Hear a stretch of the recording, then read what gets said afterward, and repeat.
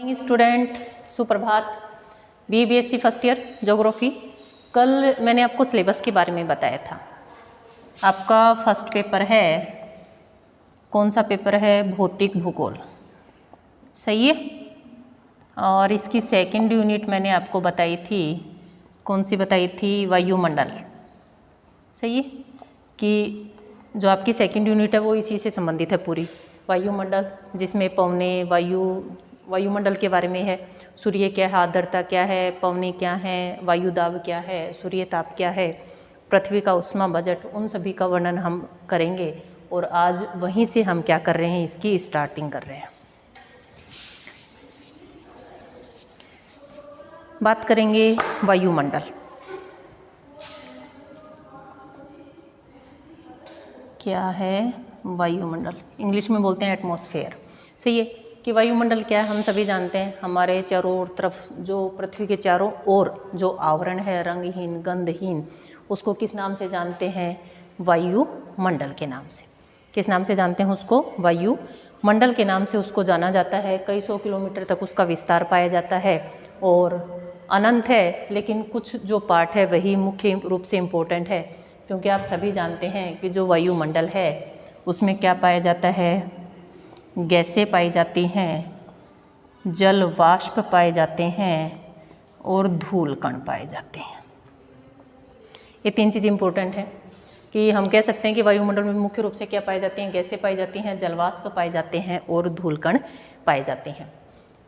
अब गैसों की बात करेंगे, हम सारी चीज़ों की बात करेंगे इसमें कि जो वायुमंडल है उसमें क्या होता है, हमारे पास ऊर्जा का एकमात्र स्रोत क्या होता है? सूर्य होता है। सूर्य से हमें ऊर्जा प्राप्त होती है और जिसके कारण पृथ्वी पर जीवन संभव है। पृथ्वी का जो औसत तापमान है 15 डिग्री सेल्सियस है। आपने देखा होगा कि दिन में तापमान अधिकतम और रात में तापमान न्यूनतम पाया जाता है।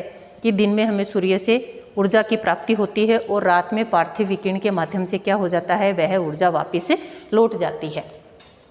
और पृथ्वी का जो औसत तापमान है, हम कह सकते हैं कि पृथ्वी पर जीवन इसीलिए संभव है क्योंकि पृथ्वी न तो अत्यधिक ठंडी होती है और न ही अत्यधिक गर्म। तो जो औसत तापमान है वह कितना पाया जाता है? 15 डिग्री सेल्सियस।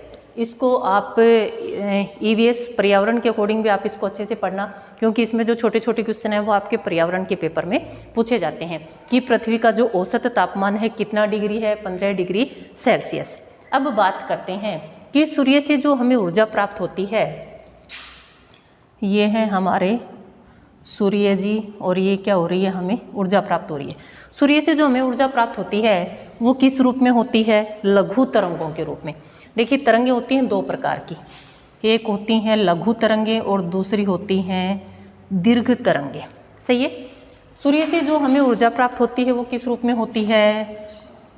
शॉर्ट वेव्स बोलते हैं हम उनको, बोलते हैं लघु तरंगे, सही है। लेकिन जो पार्थिव विकिरण होता है, कह सकते हैं कि हम जब ये किरणें वापस लौटती हैं वो किस रूप में लौटती हैं? पार्थिव विकिरण किस रूप में होता है? दीर्घ तरंगों के रूप में, दीर्घ तरंगों के रूप में। अब इन तरंगों के बारे में आपको पहले थोड़ा सा बता देती हूँ। जो लघु तरंगें होती हैं उनका वेग अधिक होता है और वायुमंडल को आसानी से पार कर जाती हैं, इनकी गति भी अधिक होती है।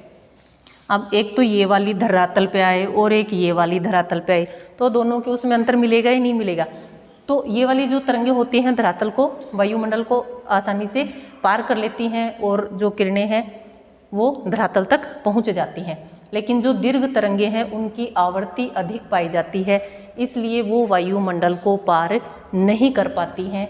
यही कारण होता है कि जो हमारा धरातल है वह अत्यधिक क्या हो जाता है? गर्म हो जाता है। दूसरी एक बात और बताती हूँ, सूर्य कभी भी सीधी किरणों से सूर्य की सीधी किरणों से कभी भी धरातल गर्म नहीं होता है। सूर्य की जो सीधी किरणें पड़ती हैं उससे कभी भी धरातल गर्म नहीं होता है, जबकि पार्थिव विकिरण से क्या होता है? हमारा धरातल गर्म होता है। जो सूर्य से हमें किरणें प्राप्त होती हैं लघु तरंगों के रूप में, वापस जाते हैं किस रूप में? दीर्घ तरंगों के रूप में। तो ये लघु तरंगे, दीर्घ तरंगे, और यही कारण होता है कि वायुमंडल इनको कहाँ अवशोषित कर लेता है, सोख लेता है, कुछ का परावर्तन हो जाता है, जिसके कारण हमारा जो वायुमंडल है वो क्या हो जाता है? गर्म हो जाता है। एक बात इसमें और आती है लघु और दीर्घ तरंगों में कि सूर्य पर जो जीवन की जो संभावनाएं मिलती हैं उसका एक रीज़न ये भी है कि जो औसत तापमान है, आपने देखा होगा कि जो पृथ्वी है वह न तो ऊष्मा का संग्रहण करती है, अपने लिए कुछ भी बचा के नहीं रखती है, जितनी हमें सूर्य से ऊर्जा मिलती है उस सभी का परावर्तन वह वापस कर देती है। यही कारण है कि दिन में आपने देखा होगा कि जिस गति से हमारी धरातल गर्म होगा उसी गति से रात्रि में पार्थिव विकिरण के माध्यम से हमारा जो धरातल है वो क्या होगा, ठंडा होगा। और जब गर्म और ठंडा होगा तभी हमारे पास औसत तापमान आएगा, उसी के कारण यहाँ पर जीवन संभव है। या हम सूर्य से ऊर्जा लेते रहें, क्या ऐसा पॉसिबल है? हम उसको भविष्य के लिए भी संग्रहित कर लें। एक वो सौर ऊर्जा, वो चीज़ अलग है। अगर हम उसका संग्रह करेंगे तो पृथ्वी का तापमान बढ़ेगा या नहीं बढ़ेगा? तो प्रकृति ने अपने अकॉर्डिंग एडजस्ट कर रखा है, जितना भी आएगा उतना ही वापस लौट जाएगा। दिन में सूर्य से हमें जितनी भी ऊर्जा प्राप्त होगी, रात्रि में पार्थिव विकिरण के माध्यम से उतनी ही ऊर्जा का क्या हो जाता है, परावर्तन हो जाता है। और आपने देखा होगा कि सुबह के 4 बजे हल्की हल्की आपको ठंड महसूस होती है। उसका रीज़न क्या होता है? जिस गति से दोपहर में वायुमंडल आपका, कह सकते हैं धरातल आपका गर्म होगा, उसी अनुपात में धरातल क्या होगा, ठंडा होगा। और सबसे अधिक हमें ठंड सुबह के 3:30-4 बजे के आसपास महसूस होती है, क्योंकि उस समय तक जिस गति से हमारा धरातल गर्म होता है उस गति से हमारा धरातल ठंडा होना प्रारंभ हो जाता है। अब बात करेंगे हम किसकी? गैसों की। तो हम कह सकते हैं वायुमंडल क्या है? लघु तरंगों के लिए पारदर्शी और दीर्घ तरंगों के लिए अपारदर्शी कह सकते हैं हम इसमें, क्योंकि हमने बात कहाँ की थी? वायुमंडल की थी कि जो वायुमंडल है वह लघु तरंगों के लिए पारदर्शी का कार्य करता है और दीर्घ तरंगों के लिए अपारदर्शी का कार्य करता है। यहाँ दीर्घ तरंगों की आवृत्ति बढ़ जाती है, जिसके कारण वह वायुमंडल को वापस पार नहीं कर पाती हैं, जिसके कारण हमने क्या कहा कि दीर्घ तरंगों के लिए क्या है? अपारदर्शी है। गैसों की बात की होगी आपने। आपको पता है कि हमारा जो वायुमंडल है विभिन्न प्रकार की गैसों से बना हुआ है, सही है। सबसे अधिक मात्रा में कौन सी गैस पाई जाती है? नाइट्रोजन। कितनी पाई जाती है? 78, सही है। 78.0 कुछ है, तो हम इसको क्या लिख सकते हैं? 78%, सही है। कि अगर धरातल पर 100% को सारी गैसें पाई जाती हैं तो उसमें 78% कौन सी पाई जाती है? Nitrogen gas. इसको हम किससे लिखते हैं? N नाइट्रोजन, N2 नाइट्रोजन पूरा लिखें, शॉर्ट में लिखेंगे तो हम इसको लिखेंगे N2। जो नाइट्रोजन गैस है सर्वाधिक महत्वपूर्ण गैस है। वायुमंडल में सर्वाधिक मात्रा में पाई जाने वाली गैस कौन सी है? नाइट्रोजन। कई बार एग्जाम में पूछ भी लिया जाता है आपके पर्यावरण वाले में कि वायुमंडल में सर्वाधिक मात्रा में कौन सी गैस पाई जाती है? नाइट्रोजन गैस पाई जाती है। या पूछ लिया जाता है कि उसकी कितनी मात्रा पाई जाती है, तो हम क्या कहेंगे? 78% मात्रा या 78% मात्रा उसकी पाई जाती है। और दूसरा, यह नाइट्रोजन क्या का कार्य क्या करता है?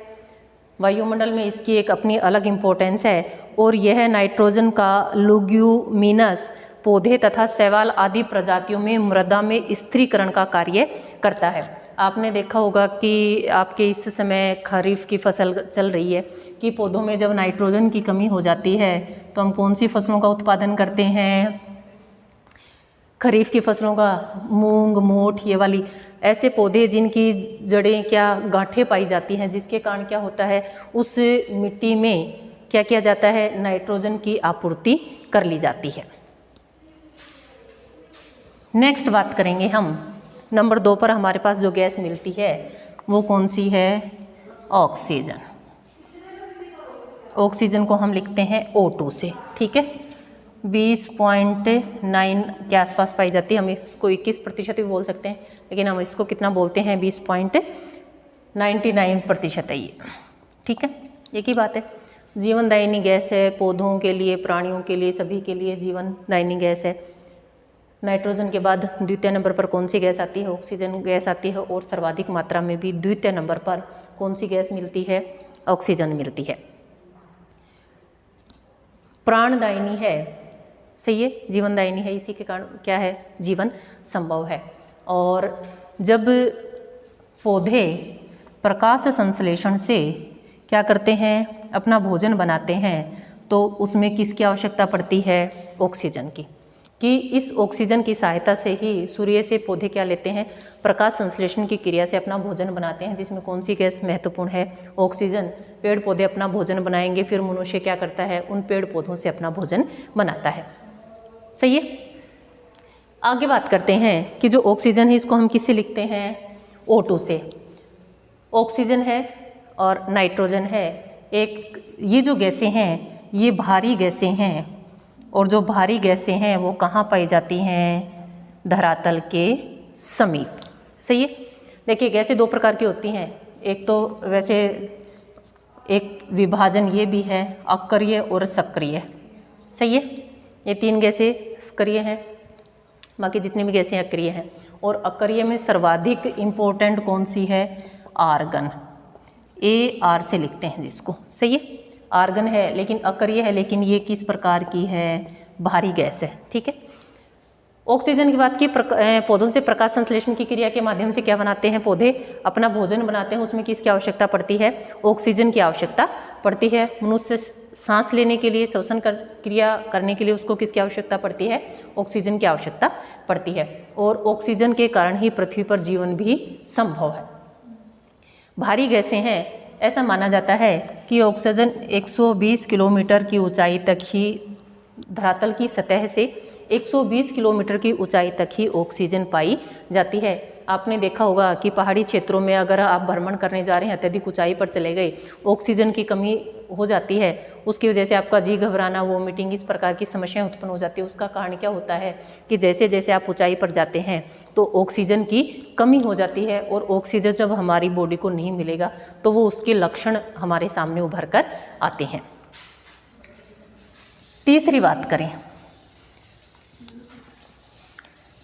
ऑर्गन की बात करेंगे। देखिए एक रीज़न और बताती हूँ। 3rd नंबर पर जो सर्वाधिक मात्रा में गैस पाई जाती है वो है ऑर्गन, 0.9, और ऑर्गन को A और R से लिखते हैं। ठीक है। लेकिन एक्चुअली हम क्या मानते हैं? कार्बन डाइऑक्साइड मानते हैं, CO2। कार्बन डाइऑक्साइड मानते हैं। क्यों मानते हैं? क्योंकि इस ऑर्गन का नाम तो हम सुनते ही नहीं है। हमारी क्या है? मुख्य गैसें कौन सी हैं? 6th क्लास में पढ़ना चालू करते हैं, नाइट्रोजन है, ऑक्सीजन है और कार्बन डाइऑक्साइड है। उस कार्बन डाइऑक्साइड का हम पीछा ही नहीं छोड़ते हैं। इसलिए जब भी कभी क्वेश्चन आता है कि तीसरे नंबर की सर्वाधिक मात्रा में पाई जाने वाली गैस कौन सी है, तो हम किसको टिक कर देते हैं? कार्बन डाइऑक्साइड को टिक करते हैं। लेकिन वास्तव में उसका आंसर क्या है? आर्गन है। तो इसको आपको अच्छे से याद रखना है। RPSC के कंपटीशन एग्जाम में भी कई बार पूछा गया है, और आपके जो पर्यावरण शिक्षा उसमें भी आ जाता है, और ज्योग्राफी वालों के ज्योग्राफी में भी पूछ लिया जाता है कि तीसरे नंबर पर पाई जाने वाली सर्वाधिक मात्रा में कौन सी गैस है, या उसकी मात्रा कितनी है? आर्गन है। AR से इसको प्रदर्शित करते हैं, और 0.93% यह पाई जाती है। अब आर्गन है, किस प्रकार की गैस है? अक्रिय गैस है, और एकमात्र ऐसी गैस है जो अक्रिय होते हुए भी क्या है? भारी है। सही है। एकमात्र ऐसी गैस है जो अक्रिय होते हुए भी किस प्रकार की है? भारी गैस है।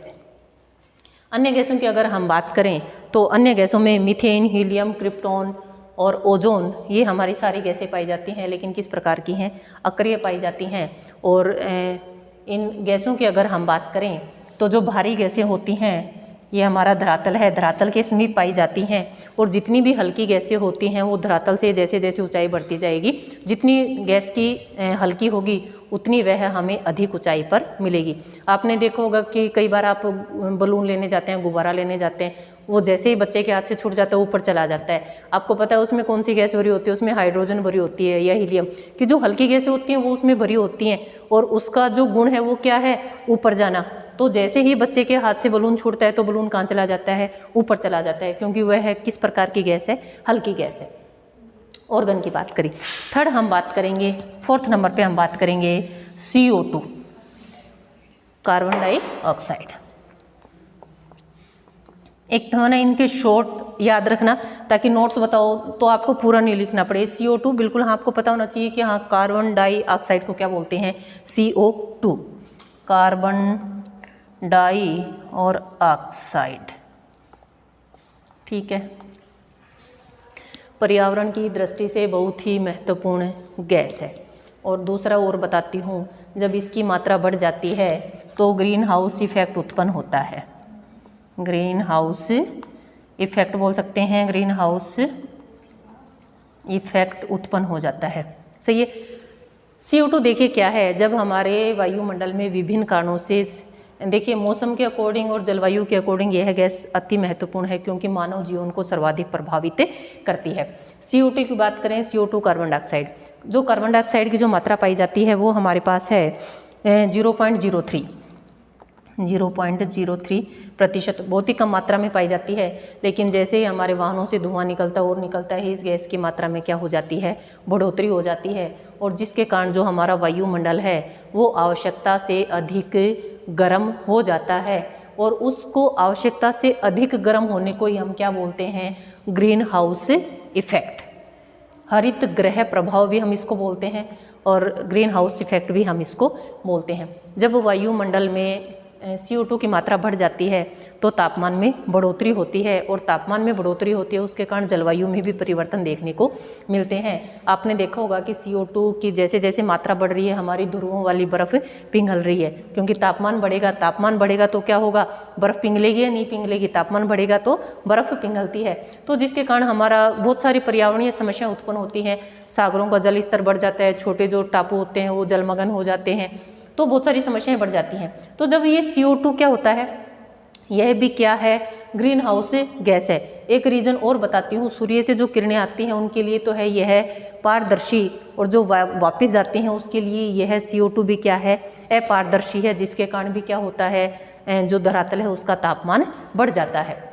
कि सूर्य की जो किरणें आती हैं वो तो लघु तरंगें आती हैं, वो इस CO2 को पार करके धरातल तक पहुंच जाती हैं, लेकिन जो दीर्घ किरणें वापस जाती हैं, CO2 क्या करती है, उसके लिए अवरोध का कार्य करती है। इसके कारण भी इसको क्या कहा जाता है, ग्रीन हाउस गैस।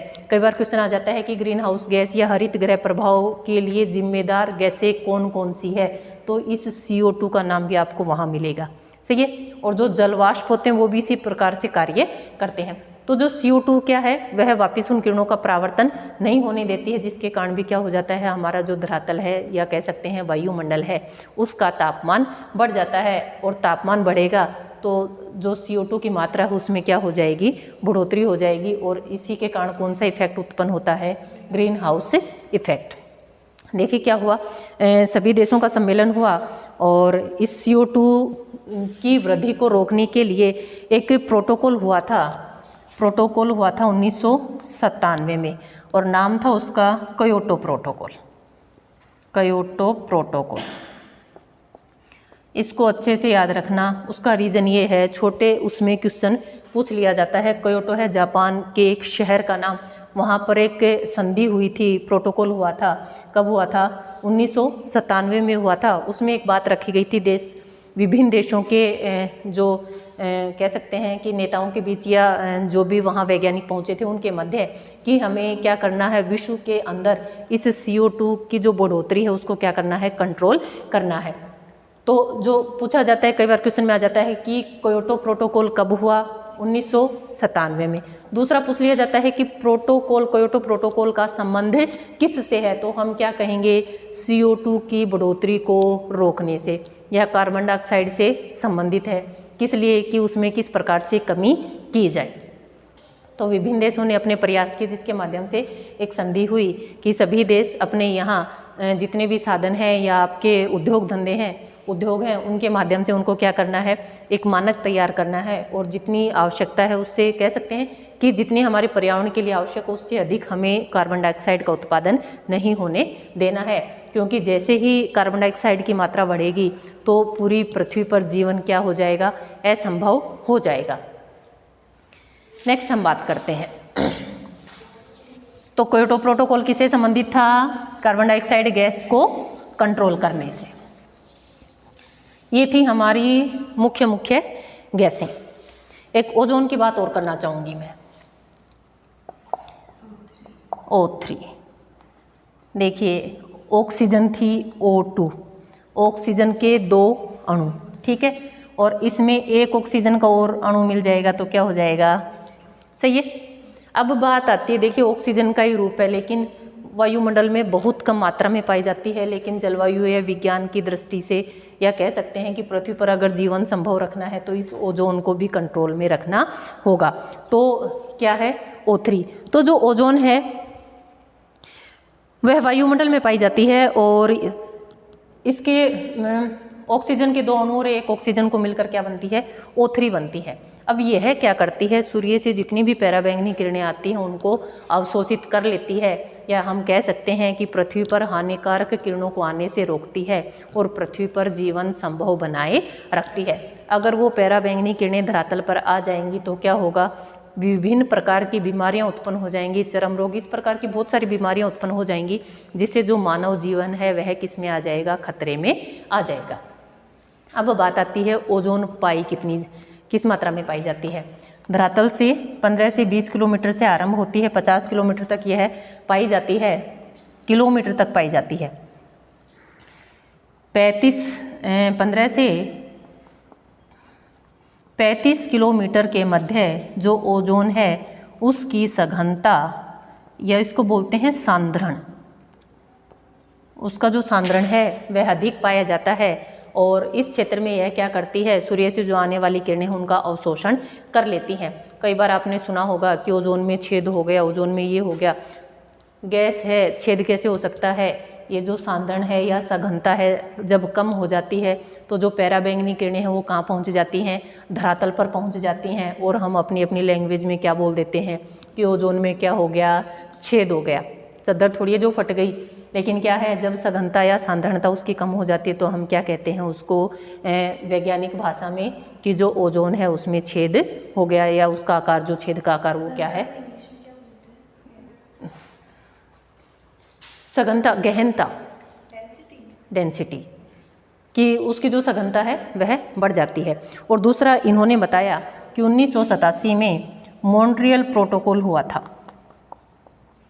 कौन सा प्रोटोकॉल हुआ था, मॉन्ट्रियल प्रोटोकॉल। ये जो मॉन्ट्रियल प्रोटोकॉल हुआ था ना, कनाडा में हुआ था, सही है।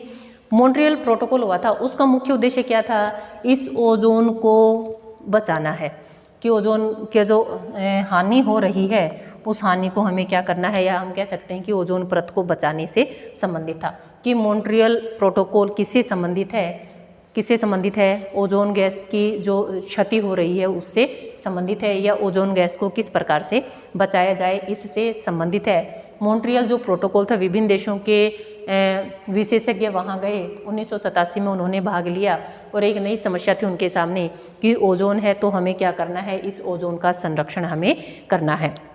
दूसरी इसमें एक बात और बताती हूँ मैं आपको कि जो ओजोन है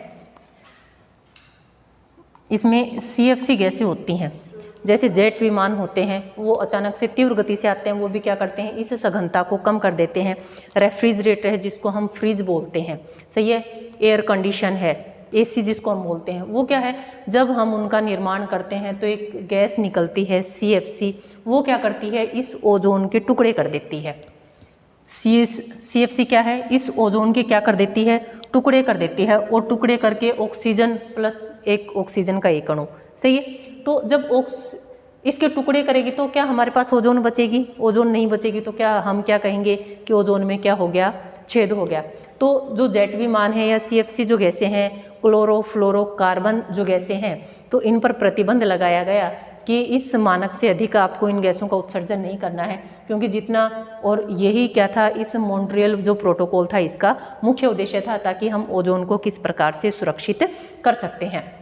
अब जैसे CFC गैसें बढ़ेंगी वो क्या करेंगी, ओजोन एक बहुत सीमित मात्रा में हमारे पास वायुमंडल में उपलब्ध है, वो क्या करेंगी, CFC गैसें इस O3 का विभाजन कर देंगी, टुकड़े कर देंगी, टुकड़े करेंगी तो हमारे पास ऑक्सीजन रहेगा, ओजोन नहीं रहेगा। जब ओजोन नहीं रहेगा तो उसकी जो सघनता है, सांद्रणता है, डेंसिटी है, वो क्या हो जाएगी, कम हो जाएगी, और ओजोन का छिद्र बढ़ जाएगा और पृथ्वी पर विभिन्न प्रकार की बीमारियां अपना पांव पसार लेंगी।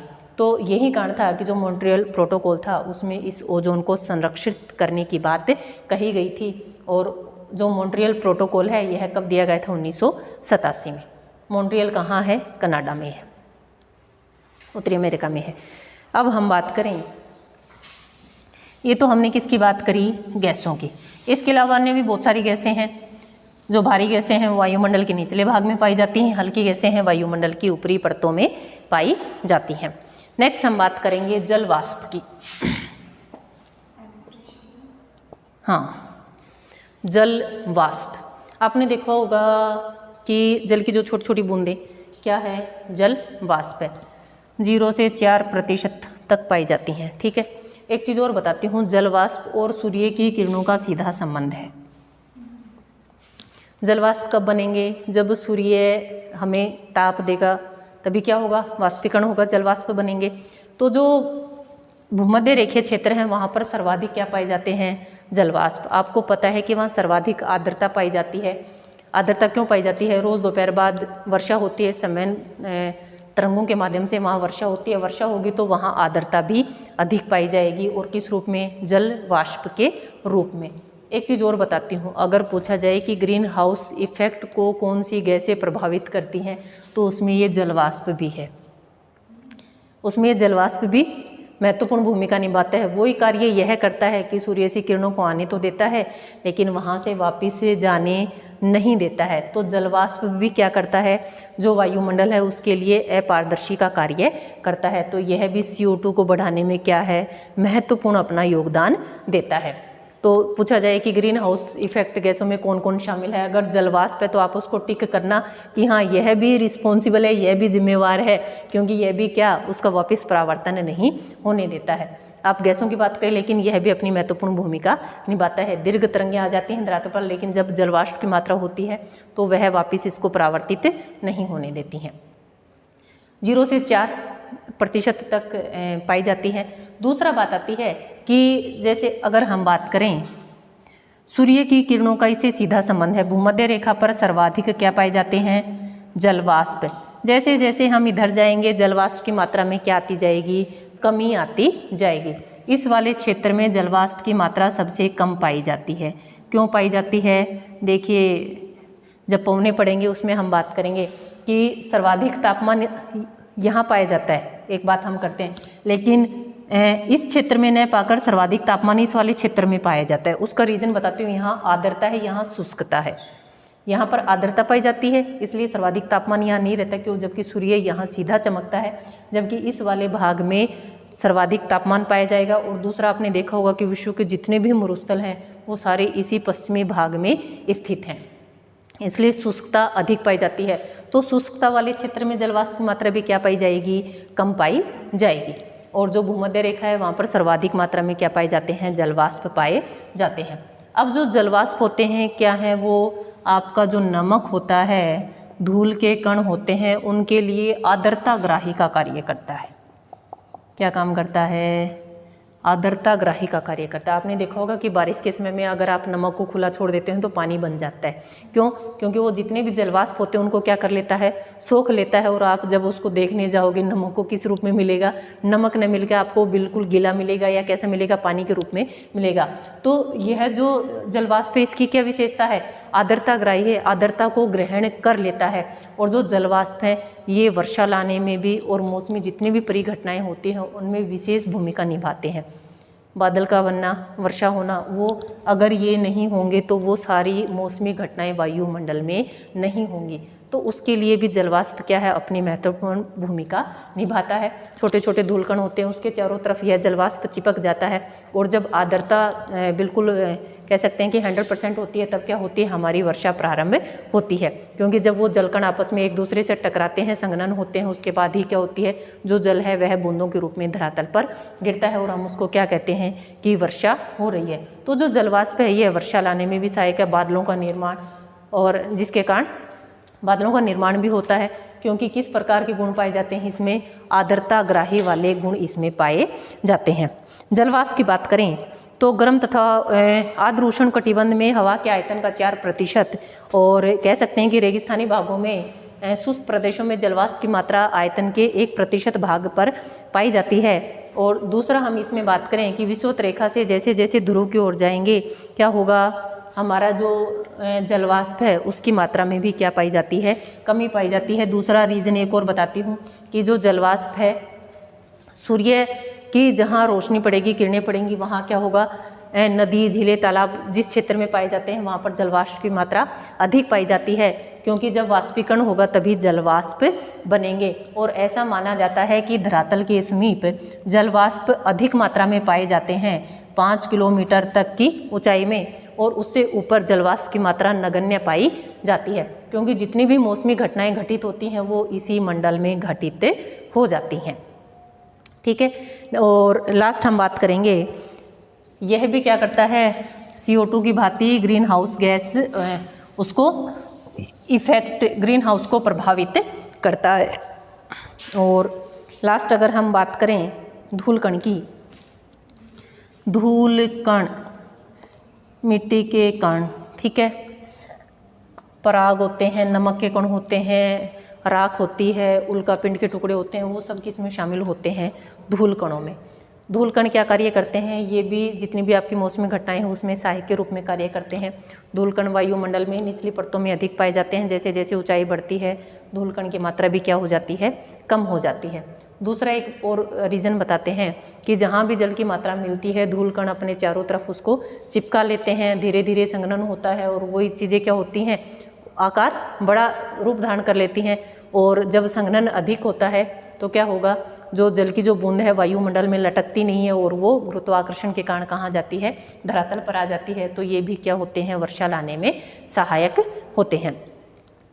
आगे बात करते हैं कि उष्ण और उपोष्ण और शीतोष्ण क्षेत्रों में सूखी हवा के कारण धूल कणों का सबसे अधिक जमाव पाया जाता है।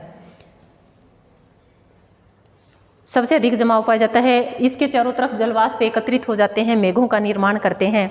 कोहरा है, धुंध है, उन सभी में किसकी भूमिका पाई जाती है, धूल कण की भूमिका पाई जाती है। तो आपका कल के लिए क्वेश्चन है, कमेंट करें मुझे कि वायुमंडल में ऑर्गन जो गैस है, आर्गन जो गैस है, कितनी मात्रा में पाई जाती है, उसके बारे में आप मुझे बताएंगे। और कल हम वायुमंडल के बारे में आगे डिस्कस करेंगे। धन्यवाद।